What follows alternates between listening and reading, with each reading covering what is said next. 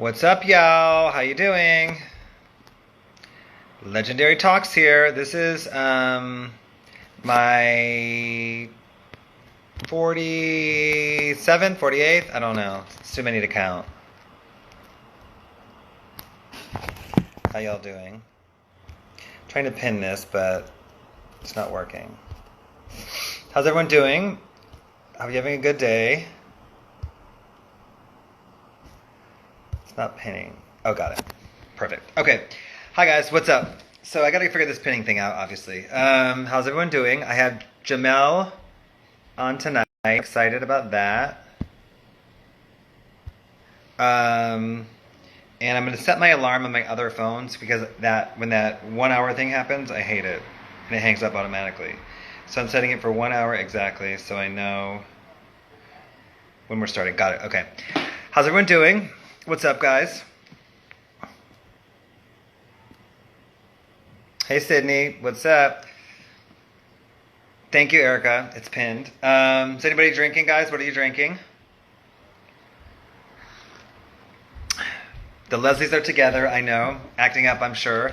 Megan Clark and Cindy Oliver are in the same building. That's the bars are running out, or the alcohol stores are running out of alcohol, and y'all are probably acting craze. Yes, Megan's in Palm Springs. Miss you, Erica. Hey, guys. What's up? So, yeah, we have Jemel McWilliams on tonight. He is a really interesting guy. I've known him for a long time. And usually I have, I call him Legends of Culture. So he's a legend in the making. He's not quite a legend yet, but he is on his way. So I want to celebrate him. Doesn't always have to be old fogies on the show, you know. What's up, Jimmy? Thank you for spinning this past Thursday. I hope you're excited about spinning this Thursday. Megan Clark attended her first Legendary Thursdays. Yes, Real Housewives of Palm Springs, exactly. Erica, how was your set today? You've learned so much from this series. Great. Good. What have you learned? What have been some of your takeaways? What I have learned, which is interesting to me, is that everybody from the early 80s was saying that kind of like punk rockers and hip hop and drag queens and gay people and stuff were all together, and there was no issues. It was very I think New York was in a more kind of desperate time, so those things were not really issues socially. Like, people were socializing together. Like, several people have said it, so I thought it was very interesting that. And then I've also learned that some people like sharing stories and some people don't. It's really interesting to me as well. Who really wants to open up? You learned your generation is trash. Well, that's what I said. I said it many times. I'm doing this show for a 20-year-old me. Like, if I was 20, I would be obsessed with watching this as well. So you are learning. Good for you. For being wise enough to even have any interest in learning. Yes. So yeah, I've learned that. What else did I learn from the show? I have learned that some people have short attention spans and some people have long attention spans. I have friends that come on for 5-10 minutes. I have friends that come on, Sydney, Erica, for like the whole entire hour. So it's really interesting. Let's talk about what? Let's talk about what, boo? What are you guys drinking if you're drinking? Tastes so good. How's everyone's day as well? Oh, let's talk about how the younger generation does not appreciate legends. Thank you, my friends are dope. The younger generation does not actually bother me. They, Pinot Grigio, good. I just think they don't know. They didn't grow up with legends, so how are they supposed to know? They grew up with, the only legend to me is like probably Beyonce, but besides her, of this generation, who's a legend? So why would they know, I don't know, Diana Ross, who's, 2 generations before them, so things like that. So I don't really blame them. The really interesting, curious ones will discover it on their own, but it's not really their fault, No shade to Kim Kardashian, but they grew up on the Kardashians and Housewives and things like that, so they don't really even know what a legend is, I don't think, so it's not their fault. That's my take on that. I don't blame that generation for anything. They didn't have to work hard. They grew up on Instagram, getting paid, $10,000 to do a post that takes 30 seconds, so it's not their fault. You study the greats. Yes, smart people study the greats. I've always said that. So, I studied the greats when I was young too. I was really interested in what came before me, I guess. Hey, Daniel, what's up? Daniel Jazine. Jimmy the Gent said he grew up on dark liquor and soul music. Yeah. Hello. That explains who you are as an adult. Daniel, what's up? Miss you. Who have you studied? You said you studied the greats. Who are you studying? Or who interests you or intrigued you? I was always really curious about that stuff, though. I was into the generation before me, always kind of studying it as well. And now I'm really obsessed with like the 70s. Cher, Elton John, Diana Ross, things like that, which are not my era, but those are the things that really interest me. Yeah, who are you studying? You said you're studying the greats. What's up, guys? The Keys talk, yes, that was great. I talked to my friend Walter Fry today, and he said that he had no idea, kind of, hey, Josie, of the, to be reminded, yes, Goldfinger, he's someone good to study. He needed to be reminded, I guess, of the things, the accomplishments, and the trend-settingness of Kelis. And he said, watching that talk, he went back and watched all her old videos and was like, oh yeah, that's right, she really did do everything first, etc., which I know she did, but it was nice to celebrate that. So, Crazy Legs talk, listen, I also love that one. Those are two good ones. I mean, I love them all, to be honest, but Crazy Legs was a great one. I learned a lot from him. Bill Spector said he's too shy, but I think I might get him to do it. Still studying Prince, Donna Summer, Larry the Vent. Well, okay, so you have a very intelligent ear and eye, so that's great. I still study those as well. So Steve Lewis, I'd like to as well. We're trying to locate him. I want to do Kenny. What's up, Legendary Already Made? Let me see, what time is it? Let me see where Jamel's coming. I put my timer on as well, so... No, he didn't text me. I put my timer on as well to know when the hour ends up so it doesn't hang up so rudely like he always does. Legs was the best, I agree. Well, Legs said something really interesting, I thought. He said, Octavia, that's a good one. He said that he didn't care about being legendary at all. He cared about his legacy, which I think was a great answer. I love Disco Era and Studio 54. So do I. Studio 54 is amazing. Yeah, Kenny is on my short list. Kenny, Stephen Lewis, I'm not sure if he'll do it. It'd be dope if he did spinner. Yeah. What's up, Jared Janako? Are you working out right now? Are you doing squats or something, Jared Janako?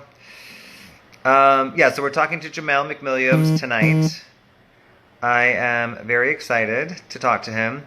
Oh, Joseph Solis is on here. I didn't realize he followed me on Instagram. Hey, Joseph. I didn't realize you were following me. Cool.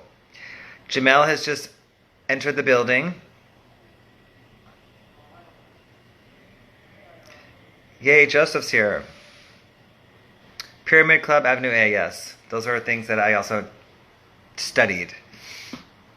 Joseph, hey. I didn't realize you followed me. Jemel, you have to request me. If you don't know how to do it, you have to request me, and I will accept you. Request to join. He's in the building. I saw him join. I'm excited to talk to him. It'll be fun. Yes, Jared is doing squats, I'm sure, or like crunches or something right now as he's watching this. Go, Jared. Hey, Jemel. So, Jemel, you have to request to join, and then I accept you. Do you know how to do it? If not, I can maybe request you.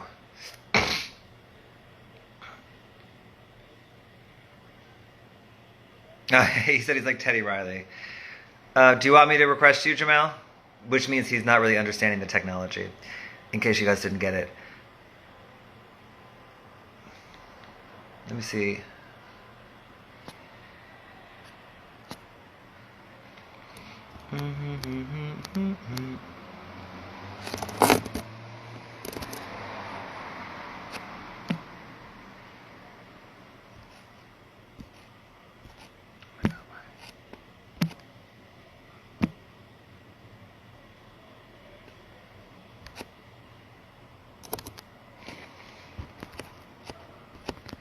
So Jamela just requested you.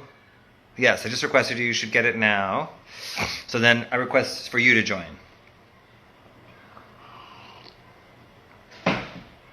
Hopefully you get it. Yes, I think he got it. Yes. There we go.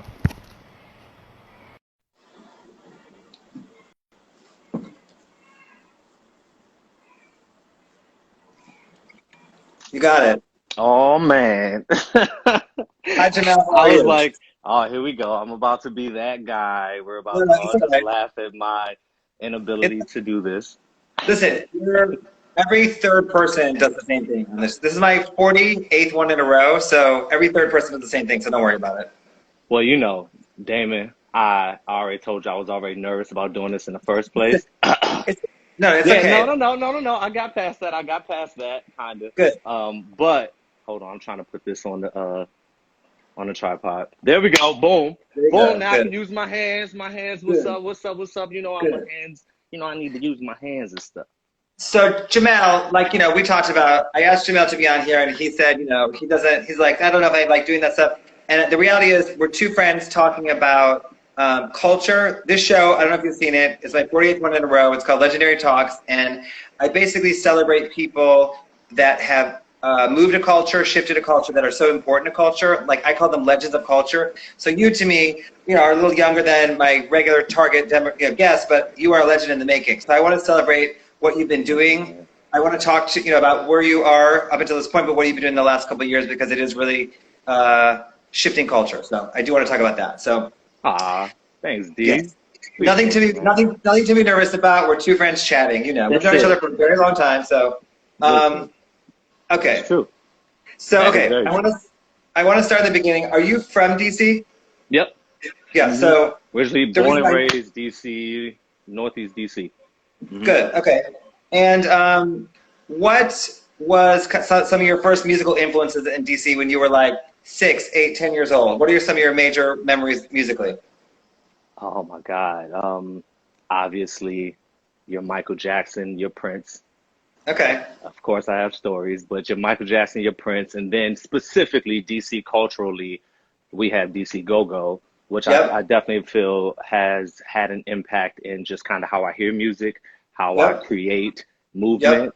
and Yep. choreography. But yeah, so Michael, but then my mother and her sisters, like our Fridays, Saturdays, Sundays were literally them downstairs in the basement singing. My mother has four sisters and we're a tight knit family. And so on the weekends, like literally, it didn't matter who, but it was usually at either my house or my other aunt's house. And literally, the sisters would get together. The kids would be told to be upstairs. I would want to be downstairs with them, and they Obviously. would obviously, got to be all up in the business. But they would sing and the gamut, like the full gamut. So soul music, anything that's Yeah. soulful, I grew Yeah. up on. Like all of the girl Well, groups back in the day, my mom and them would reenact. They'd be like, "Stop in the name of love," good. all that good Good. stuff. Yeah, it was fun. Because I asked a lot of people the same question, and I almost want to ban Michael Jackson because every human loves Michael Jackson. So I want to know more, like you're saying, stop in the name of love, stuff like that. Because I think that's the stuff that really, Michael influenced us all, but what Mhm. specifically influenced people is more interesting to me, which is like your mom doing Diana Ross and Supreme, stuff like that. I think Mhm. that's what really shapes people's adult creativity. Not that, it's no shade to Michael Jackson. I love him very much too, but we all loved him, so I think the reality is, I like knowing more what the other ingredients were. See what I'm saying? Yeah, yeah, no, I feel you. Yeah, no, Because but everybody soul always music. says, Yeah, everybody everybody. always says, everyone says Michael Jackson. So I usually say with excluding Michael Jackson. So, Oh, that would have been hard to come to a creative choreographer and say excluding Michael Jackson. I well, no, no. probably would have been tongue Well, tied. you are, you are a choreographer, whatever. So I did not do that to you specifically. But the reality is, it's no shade. Again, like he's amazing. I just think Yeah, that, yeah, like I said, it's more interesting to me what the other ingredients were. So, yeah. and then what was the first concert you went to? Ooh. So I didn't go to a lot of concerts. I more so put on my own concerts as a little kid Got it. on the porch. Got it. But Obviously. obviously. Dang, I'm gonna have to call my mom because I It's actually okay. don't It's all remember right. It's all right. like my But first where were concert. you get? So, was there a movie like maybe a music or artistic movie, creative music movie that influenced you at all as a kid? Because where were you getting your influences from creatively, besides music? Where are they coming from visually? Um, Videos, music videos, things like that, you know? love music videos always. Like Yeah, what? Like, again, besides Michael Jackson, what were the influential ones as a kid? Janet. Got it. Obviously. That's okay. That's okay, Yeah, because not Prince. everyone, yeah. Prince. I All mean, the, if I all get the, into this, huh, what you say? You about to say all the other than greats. Prince? Oh, All the greats. completely all the greats. But if I got into my Prince stories, like literally me as a little boy putting on my mom's knee high, well, they were calf highs for her, which then became thigh highs for Amazing. me.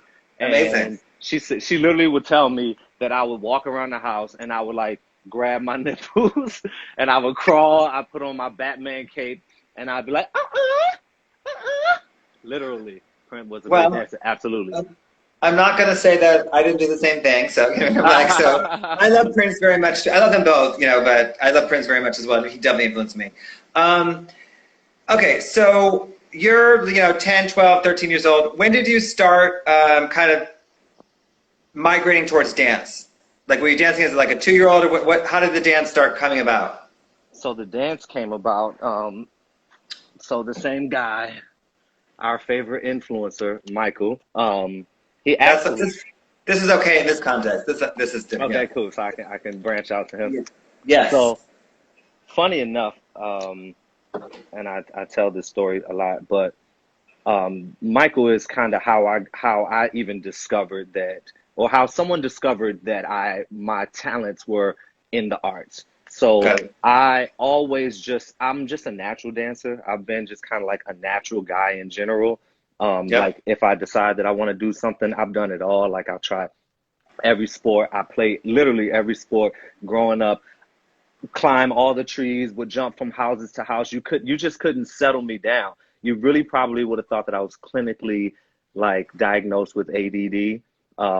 Just how much you just couldn't settle me down. Then I had Yep. the best mother who was just so supportive and just supported anything I wanted to do. So she just kept me engaged, you know, and in things. So literally, wait, you look like you want to say something? I met her in DC. Remember? I met her at Yeah, the oh show. yeah, She my was mom amazing. and my And your aunt. aunt. Yeah. And your aunt. Your aunt was feisty. Your aunt was a little feisty.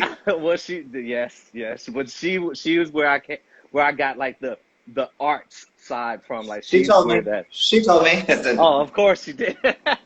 But so what happened was there was this one day we were riding in the car. It was just me and my mom, single mom, and it's just me and her on the weekend like usual. We were riding somewhere, and Michael Jackson came on the radio. I was a little boy. He came on the radio. I couldn't help myself. The spirit took over. I jumped out. I started dancing, you know, doing the old little Michael Jackson, all that good stuff. And somebody was behind my mom honking the horn. She was like, "Get your ass back in the car, boy." So I get back in the car. Then somebody was behind her honking, honking, honking. And she's like, I must have left my gas cap open or something like that. So she pulls over. When she pulls over, this lady pulls up beside. She gets out of the car. She's like, "Ma'am, I just want to introduce myself to you. I am blah, blah, blah. I own an academy, and I want to offer your son a scholarship. I think your son's a star." "Oh my God, it's amazing! I never knew that." Literally, from jumping out the car, feeling like I was Michael Jackson, feeling like I was taken over by the spirit of MJ. Why am I picturing Carlton from The Fresh Prince? I found so Riviera, like when he did his Michael Jackson dance. That's what I'm thinking right now. Envisioning Yeah. that. But, They might have been a okay, little so bit cooler than that. No. you go. Yeah, I wasn't there, so you know. Who knows? Come on, dude. So you go to the academy, obviously, and how old are you at this time? I was like 10. Okay, Yeah, so between 8 and 10. and you felt, well, to be honest, it sounds like you had a lot of energy as a kid, which I did as well, which I love, you know, and you could channel and funnel your energy into something physical, dance, and also something creative. So those are Yeah. a great balance. So, Well, prior to that, since the age of 5, I was in Taekwondo, karate, and so it was like my morning care. It got to the point where I actually used to tell my mother after I became of age, I used to be like, "Did you take care of me at all?" But we laugh about this joke all the time. If anybody knows me, you know how much I love my mother. yes, Is my you do. world, is my life. She did a great job, obviously. So, Oh, thank you, man. But with her, with karate, I was morning care. So I would take karate in the morning before school. then I would go to school, then they would pick me up, and I would do after school. Then I would stay and do karate for nighttime until like 8 o'clock when my mom got home from work. So literally, Overachiever, right? completely. But again, jumped in stuff, tried everything, wanted to be a part of everything. And I feel like that has influenced even my broad stroke vision that I have just in general and in life, but then specifically in my creative arts. Like karate, I'm a brown belt with a black strip in karate. And literally, you'll see karate, you'll see lines in Yeah, that makes sense. That my makes sense. work. Yeah. They kind of go together in a way, physically, Yeah. And I just saw you want to shout Jovi. someone out? Sorry. Jovi is one of those people that, and I'm sure it's so many other people in here that I just didn't see. I just happened to look down for the first time and I saw Jovi and she's just such a bright light, and so she just settled me in. Jovi's a star. Jovi's a total star. We love you, Jovi. Yeah. Andy's in here too. Okay, so wait, let's focus. So, okay, so you're in the academy. Oh my God, wait, hold on, D. Okay. My mother is actually Your mom? Your mom? Yes, Ma, I love you. Thank you. See, this is her. She has been supporting her baby since day one. That's her, Sandra Margot Wallace. Shout out to Mama. I met you in the DC. I don't know if you remember, but I hung out with them. We sat next to each other. So she's gonna say, "I remember you, Damon. I remember. Yeah. I've actually looked up your stuff and everything. I remember you." She said, "Don't forget soccer, t-ball, blah blah blah." Oh, that's so funny. Okay, so you're at the academy. You're getting older. How long were you there for? Okay, so the academy was funny because I was only in the academy for maybe like a year and a half before they advised my mom that I should go somewhere else.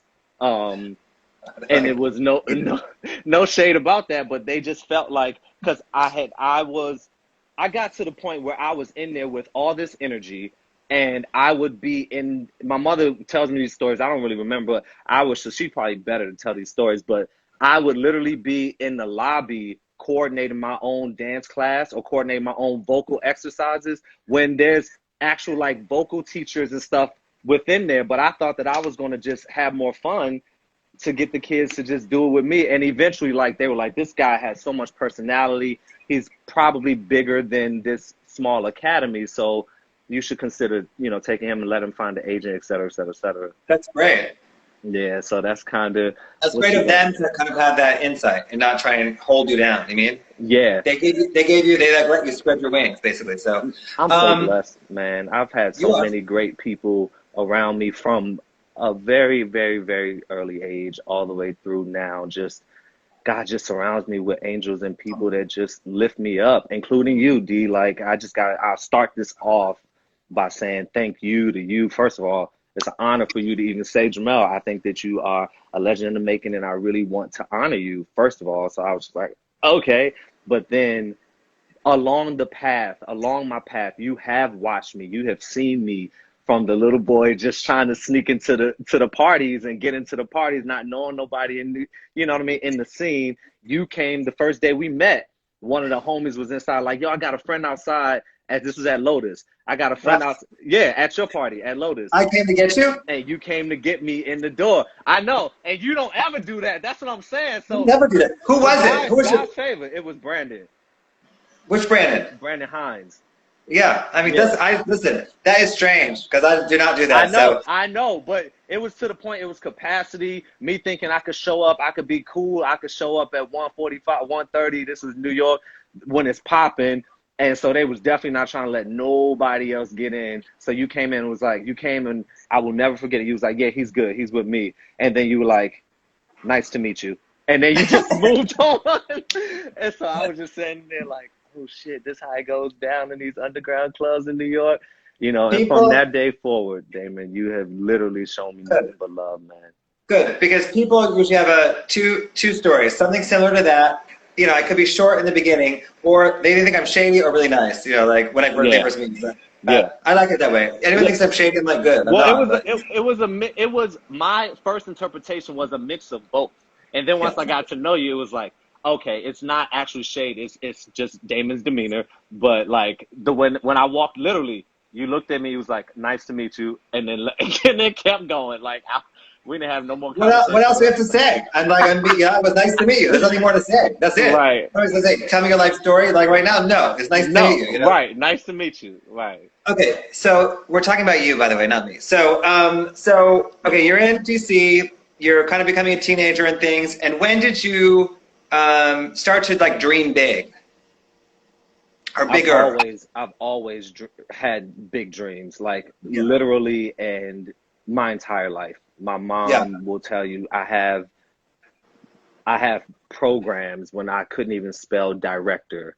I was spelling it with a K. I couldn't spell choreographer at all, but it says directed Jemel McWilliams, choreographed Jemel McWilliams, singer Jemel, you know what I mean? And I would literally put on performances on my front porch, gather the kids in the neighborhood just for the buses that were driving up and down, because I have a bus stop that's right in front of my house. The buses, and as soon as I see the bus come, I'll be like, come on, y'all, here they come. And the kids would be like, come on, are you serious? We trying to play tag, we trying to play football, whatever. But I had to stop it so we could give on a performance. It's amazing. And then we would get back to playing. Well, because shout out to your mom, because that's obviously good parenting, because she raised you to feel confident and supported enough to dream big. I had Tracee Ellis on here on 2 nights ago, and she was saying that she's trans, and she was saying she didn't know even that she could dream that big, because she's a very successful actress now. And at a certain point in her life, she never thought she could even dream that big, and something changed in her. And she said, wow, I can really, I can really do something. So, but she wasn't like that as a kid, I don't think. So it's really interesting that you were that supported and confident as a kid. It's great. So, well, if I can speak to that and maybe encourage some people, I am authentically, unabashedly that. That is who I am. And I had a great support system in my mom when I was under her roof. Yep.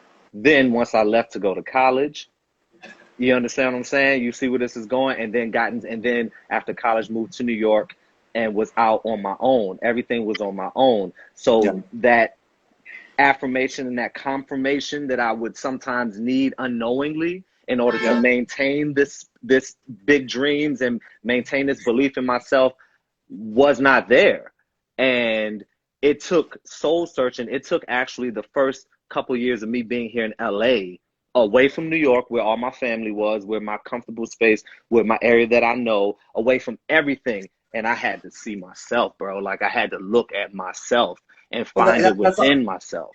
That's also called maturing now. That's called growing up. Yeah. It's both. Yeah. It's both. But I'm saying all that to say, for anybody that may have lost or may have felt like they've lost their ability to dream big, I did as well. And this is the kid who was always dreaming big, but for whatever reason, I felt like I was stuck in this space. But I really just needed to tap back into who I really am, get focused in on the things that matter, that are on the inside of me. And then from that point forward, like it was like, okay, cool, I'm back. First of all, the reason you lost your way because you left your mama's house. No, I'm just kidding. Eventually, I had to do that though. No. Well, so when did you move to New York? After college? Yeah. So okay, the year I was born, my dad moved to New York. So my entire life, my dad was in New York. So I would spend my summers in New York with him after like the age of 3 or 4. I would spend all my summers in New York. So I was in New York a lot, and my holidays. I was in New York a lot, but then I officially moved to New York right after college. And why did you move to New York specifically? It was more my speed. I was ready, again, got a lot of energy, very ambitious. I was done college, but at that point, I had stepped away from feeling like I needed to be in the creative arts. Felt like I could just make a lot of money being a smart businessman in music. So I was like, okay, the music business is in New York. Yeah. My dad offered me an apartment in the basement. That never happened, Dad. But he had offered it to me, so it seemed like it was a good deal. And I was like, all right, let me just go to New York. So I went to New York and tried to do corporate America. That didn't work at all. I can't even imagine. It'd be like if I did corporate America. I can't even imagine it. First of all, I've never had a 9-to-5 job my entire life. So, you mean? Really? Never. Not one time. I've also never been a bartender. I've never been a waiter. I'm surprised about those things. So. Wow. Okay. So, what was your first? What's the first nightclub you went to in New York that you were like, wow, this is real. New York City is real. They take this This is very serious. Lotus, your Okay. party. I'm not Okay. even joking. Like, I'm I not believe even you. playing with Listen, you. I Like, believe you. I believe you. yeah. And Lotus was But you amazing. know, yeah, I started throwing, but I also started promoting parties as well. Again, super ambitious. So I started promoting parties, and I used to throw some fire ass parties too. Me and my cousin Aiden, part of Three Kings. Yeah, Did but I it know was that? more. It was, I don't know if you knew that, because it was more corporate. Like Okay. it was more like financial dudes, but it was still like, you know, the hip black, but they were more in that space, and then I would Okay. bring the like creative crowd to kind Cool. of Cool. balance that out. Yeah. Okay, so you're in New York. You're doing corporate, whatever. And then, what was your first kind of audition in New York City for a dance? As a dancer, my first audition was Janet. For what? Jennifer? What? What tour? She was doing like it wasn't tour. She was doing Like a performance or something? yeah, like some one-offs. I remember they wore all white. And how'd it go? Damon! Well, first of all, if anybody knows me, you know my if you look at my Instagram, it's the last post outside of I this saw it. one. I saw You know Poetic Justice. I saw it. Oh, he froze. He froze. to put my phone on do not disturb, sorry. That's So right. somebody just called me. But my adoration and love for Janet Jackson, right? And so I always wanted to be that guy in If. Omar, I wanted to be him, the one that was like Yeah. her partner. Yeah. That was me. But so I happened to just be walking down, I was at walking down Ninth Avenue by Alvin Ailey. Wasn't really in the scene like this at all in New Yeah. York at that point, but it was Yeah. already started training, you know, but I wasn't like in the scene. And so I was walking down, I saw these people. I'm like, and it's raining outside. I was like, why y'all standing outside? Thousands of people like wrapped all the way up the block. And they're like, Janet's audition. Janet never auditions. Da da da. And I was like, for real? Again, not really understanding the culture, understanding the scene like that. So I didn't know why it was so much of a big deal. But it's because she never auditioned, right?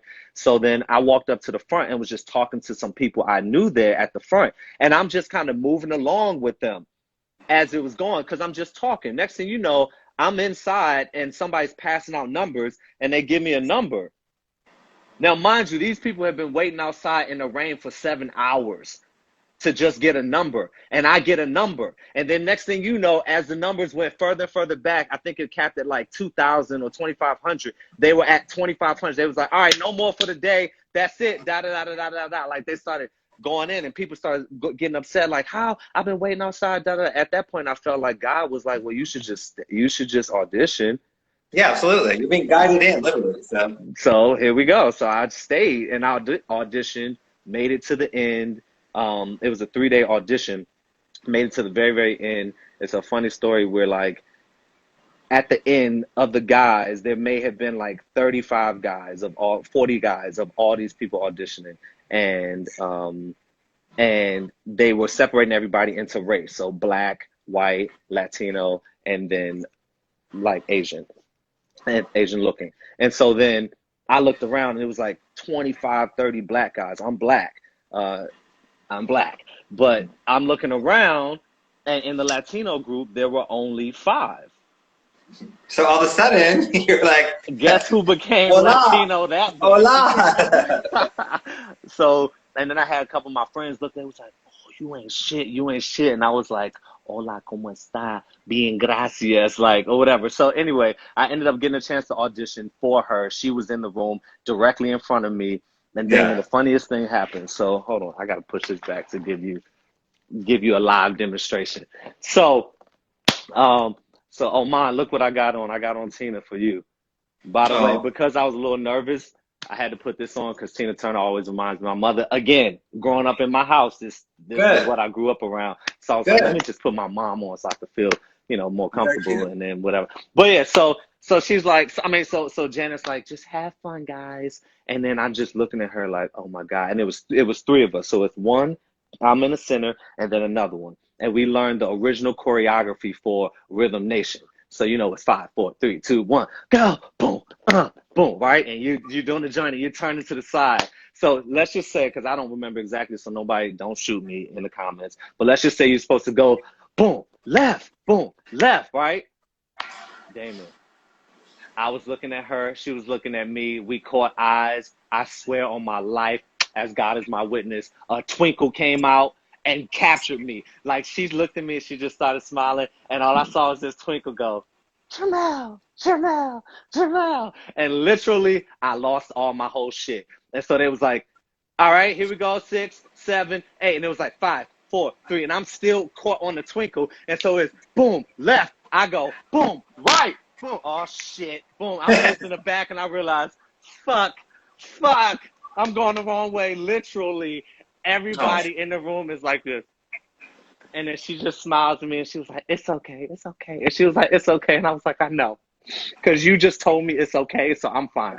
I walked You're like, it's going to be okay because you said it was okay, yeah. Listen, there's no way I was going to book that job, but I will never forget it, and she will never forget me. And at the end of the day, Janet Jackson will remember me as the boy that fucked up at her audition because she's so beautiful. Exactly. Memorable. So, first of all, it's a great story. What was your first big break, dance-wise? My first major dance job was the Victoria's Secret fashion show in 2010. 2010? Mm-hmm. And was that my first commercial on TV dance show?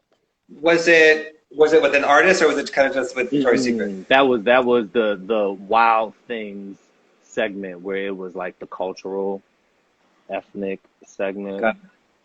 And then what was next after that? What was the first artist that you kind of booked a tour with? So then the next year, Victoria's Secret, they called me back again, and that was with Nicki Minaj.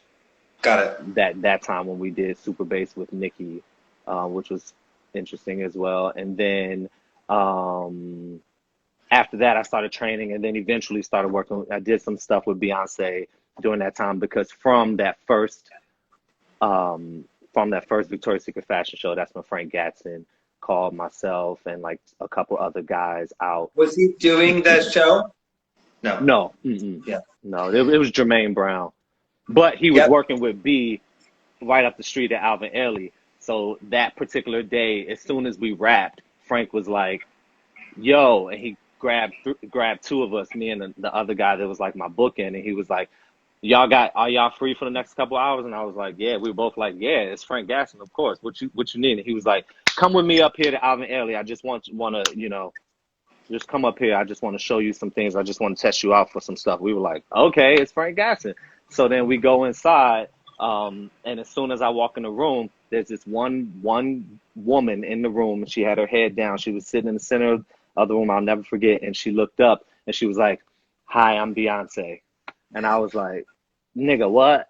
It was first of all, she always introduced herself, which I like that she does that because she breaks the tension. She makes it not awkward. You mean? Yeah. She's like, she makes it not awkward. She always says her name too. She's like, hi, I'm Beyonce. To me, it's a great move because it makes it not awkward. Then you go, okay, cool. You're not like this, Right, right. But nah, it was so cool from that point, and it was just the three of us in the room, and then Frank, and she just wanted some guys around her to work on some stuff, and then that kind of turned into workshopping and doing some other things. Well, so around that time, was there anyone that was kind of mentoring you or anyone you looked up to? Obviously, Frank Gatson is the icon of all this, but was there any mentors or anyone you were looking up to at that time? The world, life is a mentor. You know what I mean? Yeah. And I just I was finding my way. I was already you gotta remember, I jumped into this the dance thing, professional dance thing later than everybody else. What's up, Nikki? I see you.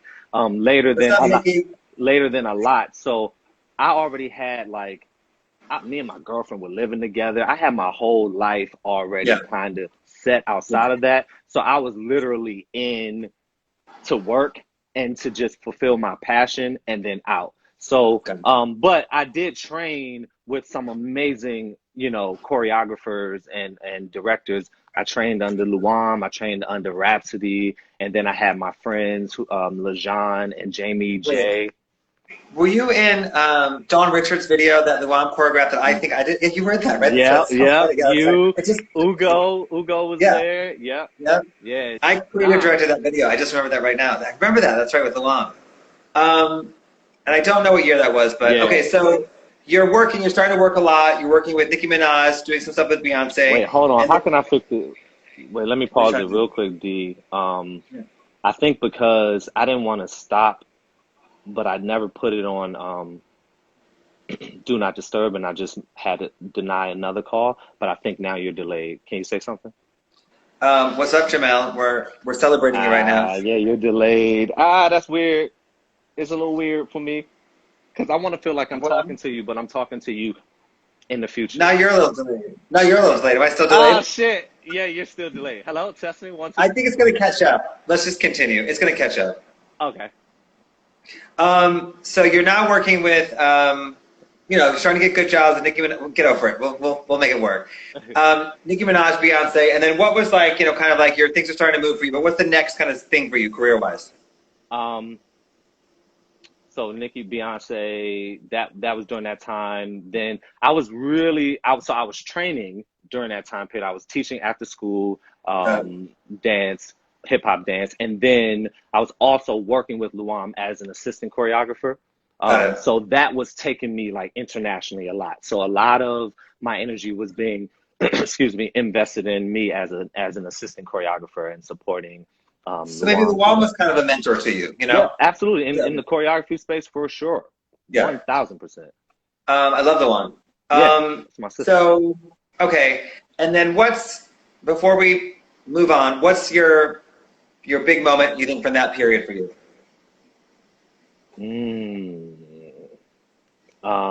As a dancer, Hmm. I mean, that turned into like the funny thing was like, and I didn't chase this, but I just started working a lot. You know, Yeah, no. I ended up I worked with everybody. Mariah Carey, which was fun Yeah. because it was Jamie King, and I'll never forget this that time on Good Morning America.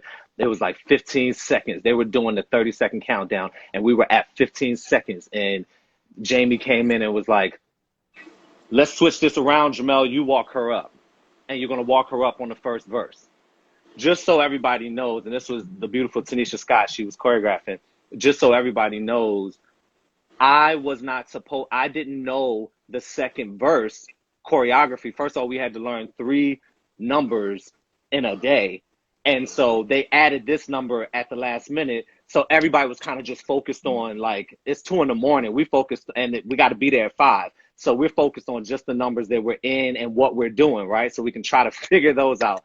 And so when he made that switch, that literally in that moment reversed everything for me. I didn't know that set of choreography, and it would put me on the opposite side of everything that I knew.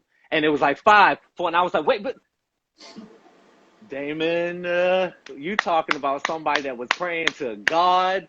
I literally was praying to God, like, please, God, you're going to have to get me through this. You're going to have to get me through this. So the way I was able to get through it was prayer. I backed up a little bit. I was looking out the corner of my eyes at my bros because I was familiar with it. That's why I always tell dancers, like, and my trainer told me this too, always pay attention to everything that's going on. Try to learn everything. Even if you're not Yeah. selected for that number, you never know what's going to happen. And that was a case in point. And it worked out, you know. But yeah, so that was Mariah during that time. I got to work with all the greats. So at that point, I was like, what more did I want to do as a dancer? And so I started like giving a lot more energy into choreography, artistic direction, and then Alicia Keys came. So, did you do choreography for Alicia Keys for the first one? So Okay. I did. What year, Mhm. what year was that? So we started around 2011, 2012. Got it. The tour I think started in 2000 and at the end of 2012, but I was her assistant choreographer, and then I moved to associate choreographer in within 2012, and then I Yeah, no, toured with her for the whole Girl on Fire. because I remember a shift in you. I've known you for a long time, like we said. I've watched you literally grow up, and it happened in LA for me. You know, I have been living here probably about I've been here about 3 years. I've been coming for about a solid 5 years. And then I noticed something, even in your energy, your confidence to me shifted in a great way. Not that you were lack of confidence at all, but you were standing taller or something, and something shifted in you. And that's when, to me, everything just was boom, boom, boom for you. So after Alicia Keys, how did you meet? Who did you start working with after Alicia Keys? John Legend? So after Alicia Keys, Alicia was like 3.5 years of my life, and I moved to LA and decided that I was going to just start acting. So I pulled myself off of the map. Like I was being direct booked and being requested, but I pulled myself off of that map because I felt like it was time for me to expand out and do other things. I told you, always been super ambitious. So it was like, So I did that for the first couple years of me being in LA, and then God brought me back around. And around that time, so I still did some jobs here and there, went back to Mariah for just a couple moments, but then that's when Janelle came around. And so Janelle was first. Yeah. Well, how did you meet Janelle? I was thinking about how did you meet Janelle? I have no idea. So I was assistant on Janelle, assistant and an associate on Janelle with Luam during yoga time period. Yeah, I was assistant on that. And then when Janelle took a break and stepped off, I happened to be taking a break at the same time. And then when she wanted to just vibe out, she hit me up one time, was like, let's just vibe out. We vibed out to make me feel, and that turned into... Yoga was an amazing performance, and that's when I kind of was seeing you that way, And to this day, Janelle will not tell me how she was floating on that thing. To this day, I'm like, girl, how are you floating? We will never tell. She's like, never tell me. I asked her that day. I've asked her every day since then. But we know how she was levitating because she's that amazing and she can do that. I want to know. Well, I want to levitate too, so let me know how to do it. So we got you. So okay, so then you did the Prince one, right? Well, myself and Luam. My first alone with Janelle was during the Dirty Computer time period. But also during that time period, and I was thinking about this because I attribute Janelle to being Alicia had me do some things that was just me as a choreographer with her. The Spider-Man video with her, Pharrell, Hans, and Kendrick Lamar. So I did that with Alicia. And then like a L'Oreal campaign in a commercial in Paris at one point during that time period. But then Jadena gave me like my first like live show opportunity on BET Awards. I remember. Yeah, that was my first. I'm a man with the things. I remember that, right? Well, so that was yoga. That was the yoga one with Janelle and him that we did, that Luam and I did. But the Jadena performance where he did a little bit more for the opening, he opened the pre-show. That came whatever year that was. Luam and I had the opening for BET Awards and like two other numbers in that show. So we were already like stretched, like splitting up, trying to attack. And I think, let's just say the show was Sunday. On Tuesday, Jadena's people called me like, yo, Jadena has such a great vibe with you a couple years ago. Craig said 2016. Yeah, that was the first time I worked with Craig. I brought him in as a dancer on that. That's a long story. But, and so then Jadena was like, yeah, let's do this. And I was like, wait, but it's on Friday, it's on Saturday or Sunday, and it's Tuesday. You've met famous people before. That's how they all do it. I know, but I like to be planned out. But that was my first crash course in get the job done. Trust yourself, trust your instincts, trust your gift, and just go for it. So what was happening was, there was no way I was going to sacrifice or not be of excellence in my other jobs that I had already taken on. So I was literally working. I would be done maybe by midnight, working on the other 3 numbers of the show that we had. And then I would work from midnight to like 3, 4, 5 o'clock in the morning, prepping Jadena stuff and having late night rehearsals with those dancers. That was just me by myself. So, that was my first big break though. I didn't know that. Okay, so then you started doing Dirty Computer. Did you do the music videos or just the tour?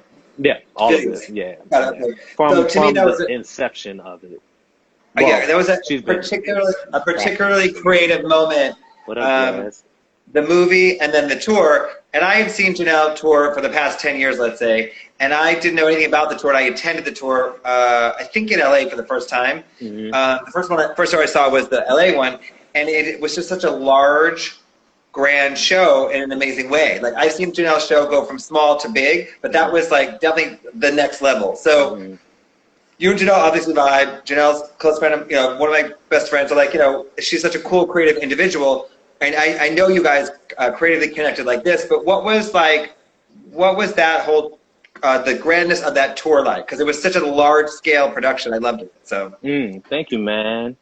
It's funny having time in quarantine. Look, see, I play so many jokes. I call it quarantine, and now I'm on here calling quarantine. Having so much time, I actually recently just went through and saw some original, like, whiteboard notes when we first started, when we were just coming up with key phrases concepts and just ideas and just the big scope ideas that we just wanted to do. The grandness of it organically happened, man. Like, honestly, like it wasn't we didn't set out to make it grand. We just set out to make it purposeful, impactful, because we actually have this thing that Nate has coined. I just love being connected with all of the creatives at Wonderland, with Janelle and all the creatives at Wonderland, but simple and special. You know what I mean? So the goal wasn't to be grand. The goal was to be simple and special, but it just was so organic, and it was such a creative love fest between all of us that what you felt was just the love that we poured into messaging. It did come across. There's so many major moments I'm thinking about it right now when she's doing the, with the right before you make me feel it, with the drum, all that stuff. I call it the Michael Jackson moment. And then Django Jane. There's so many great moments on that show. I saw it probably 15 times or something through the whole tour, or 10 times at least. Seeing Janelle Monae live is one of my favorite things to do on the planet. So I could see her live. I've been seeing her live for over 10 years. I see her, I don't know, probably 500 times or more. And you discover something different, new, and special every single time. I would say when her hair gets messy, she's about to get real wild. As soon as her hair gets messy, she's about to get wild, trust me. Yeah. But I always say, too, about her. One of the dancers is in here. One of the original dancers is in here. I say about her, she's politely wild. She's very polite. She's like, it's so nice to meet you. And then she'll run as fast as she can and stage dive. She's like, she's amazing. I love her. Absolute free spirit. And then you also did the Grammys, was it last year or 2 years ago? I can't remember right now. Last year. Janelle's was I think Janelle's was last year. LIZZO was this year. Yeah. Got it. Look. So you did. Corona got everybody thinking that we 2 years ahead. We lost. I know. So you did Janelle Grammy, which I thought was an unbelievably amazing and really cool performance. It was just really cool. Janelle put her foot into it. So did you. And then you did something that was amazing this year at the Oscars. So that to me is like a career highlight for sure. That's got to be like in your entire legacy. That is going to be a defining moment for all of you guys, everyone involved in that. That performance to me was so important. It was really ahead of its time, realistically, and just like 100% authentic, that performance. So I was watching on TV like, oh my God, I know they're all my friends. Like it was like so amazing. So I mean, out of those three, I guess, tour, Grammys, Oscars, what's one moment that you were like blown away by? Of each of those moments? Just give me one thing you're like, oh my God, like Oscars, let's say. Oscars, what were you blown away about the Oscars in general, the whole experience for you? Oh my God, the Oscars experience in general was just, it was like an outer body experience the whole time. I agree. So to look at it was out of body for me to watch it. Oh man. And were you there for you might not have been in town for the friends and family thing that we did. We did like a quick friends and family rehearsal like 2 days before that we opened, and we did 2 run-throughs, and then that was the end. I think Nate texted me like it started at 5 and come at 5. Like, yeah. Like something like that. Yeah. That's how it was. But you know what I would say with the Oscars, man, like I will never forget the Oscars in general. But one thing I want to say that I think oftentimes is overshadowed is the process for the dancers. I had a group of dancers that literally made me want to come to work every single day. Yeah. Like, Yeah. I have a very peculiar process. You know, I'm a spiritual guy. Creative process, you Creative, know. yes, yes, Nothing wrong with that. peculiarly creative. Yeah. um, and I'm a spiritual guy, so I like to make sure that the spirit is in the space, whatever your spirit is, like, and whatever you pray to, whoever you pray to, that's fine. Just pray to it.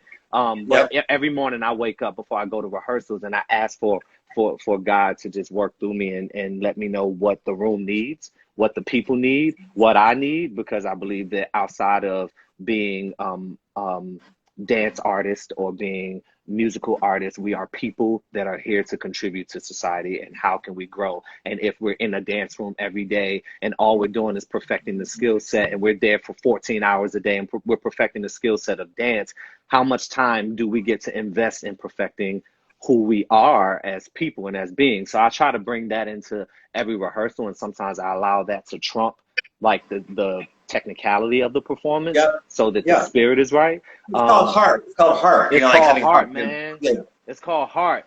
But with this particular group of dancers, they were so open, willing, and ready to be Yeah. involved and so talented. And there were just so many breakthroughs that happened. But I've been experiencing that, like, whenever I have allowed myself to be myself, Yep. um, I experienced that with every set of dancers. But specifically for the Oscars, this could have been a moment that was a lot of pressure and could have felt heavy, but it literally felt the opposite for with some Right. of the dancers. It felt light, it felt excited, it felt motivated, it felt purposeful. So literally every day we sitting in there and we are like screaming at each other like, let's go. I just wish that I could bring the world into some of these rehearsals, man. Ah, You should start documenting them. I am. You just Good. need to help me get a show. All right. I'm trying to get my own show. We both get shows. So yeah, I mean, I think that, you know, again, I'll say it again, that performance was so important and so ahead of its time and so unbelievably, I was blown away after that performance. You know, Thank you. again, Janelle too gave 115%, My God. 180%. Well, I let mean, me like, just blow on her real fast. Like, I mean, you know this because you're close friends with her. But that's my sister. I love yep, her. She's me my too. sister in spirit. She's my sister in life, and she's my sister in creativity. You know what I Yep, mean? To have an artist that believes in you enough to say, Mel, I want to fly you around the world with me so that we can be yeah, creatively inspired. Like, yeah, huh? You know what I mean? yeah, Like, that is yeah, humbling to me, and yeah, it motivates me to want to go and be able to come back with whether it be ideas or whatever to add to our creative collective so that you know what I'm saying? Like, it's so dope. But then to see her work ethic and every show, whether it be Grammys or whatever, most productions are like, wait, how many rehearsals is she trying to do? And they're like, are you sure that you meant this number? And it's like, no, if you know one thing about Janelle Monae, she puts in the work. She is yep, very serious about her craft. She loves what she does. She's passionate about yep, what she does. And that has just completely trickled into me. Like, you know what I'm saying? She will spend all of her own personal money to go in here, set up a whole stage exactly the way it needs to be. And she'd be like, it doesn't matter. Don't worry about the cost. I need to try to find a way to make it right for the people. well, that's an artist. It's a true to the core Right. artist. I mean, Yes. and it's interesting because people always ask me how her and I met. And, you know, I always say we just locked eyes at a party creatively. Our eyes locked. We're like two creative souls. That's how we met. Mm-hmm. Mm-hmm. We just locked eyes, you know, like that Mm-hmm. Janet twinkle you were talking about earlier, we gave to each other. I mean, Yeah, so, yeah, you know, yeah. and we like clicked creatively and never like looked back. So that's been, you Hmm. know, I think another 12 years at this point at least, maybe longer. But, okay, so how did you meet Lizzo and how did you start working with Lizzo? I kind of remember when how did you meet Lizzo, first of all? I met Lizzo. I met Lizzo in my first rehearsal with her Oh, got for it. the Ellen show. But Got it. Janelle, and we were doing a show out here. I think it was Long Beach, and Lizzo was performing on another stage, and Janelle was headlining the show. Were you at I was that there. show? I was there. I Yeah. was there. So Yeah. that show, that Long Beach show, yeah. Um, Got it. so Lizzo was performing, and funny enough, I was so busy trying to like get Janelle's show ready and together, Yeah. I didn't get a chance to see Lizzo's show. But I remember walking by. It was her and two dancers, and I was walking by. It wasn't like a large crowd or anything around her. at that point. But I was walking by and I looked over and I was like, that's dope. Like whoever this woman is, because I didn't know who she was then. I was like, Yeah. she's super dope and super fly, and I love the energy that she brings. But I didn't have time to like get into it because I was prepping Janelle's show. And then sometime over winter break, I got an email from my agent saying that, you know, Lizzo would like me to join her team and do some stuff with her. And at that point, I had just come off of this run with Janelle, and we had done the Grammys. We had just done no, I knew we had